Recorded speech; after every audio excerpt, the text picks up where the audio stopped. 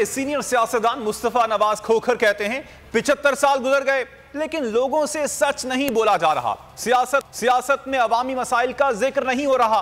मुल्क के 70% नौजवान छोड़कर जाना चाहते हैं। मुस्तफा नवाज खोखर ने कहा, पाकिस्तान में कोई जमहूरियत या इंसानी हुकूक नहीं है। पहले दिन फैसला कर लिया था कि इस मुल्क में जमहूरियत नहीं चलने दी जाएगी। अगर आपको यह वीडियो पसंद आई तो हमारे चैनल को सब्सक्राइब करें और बेल आइकन पर क्लिक करें।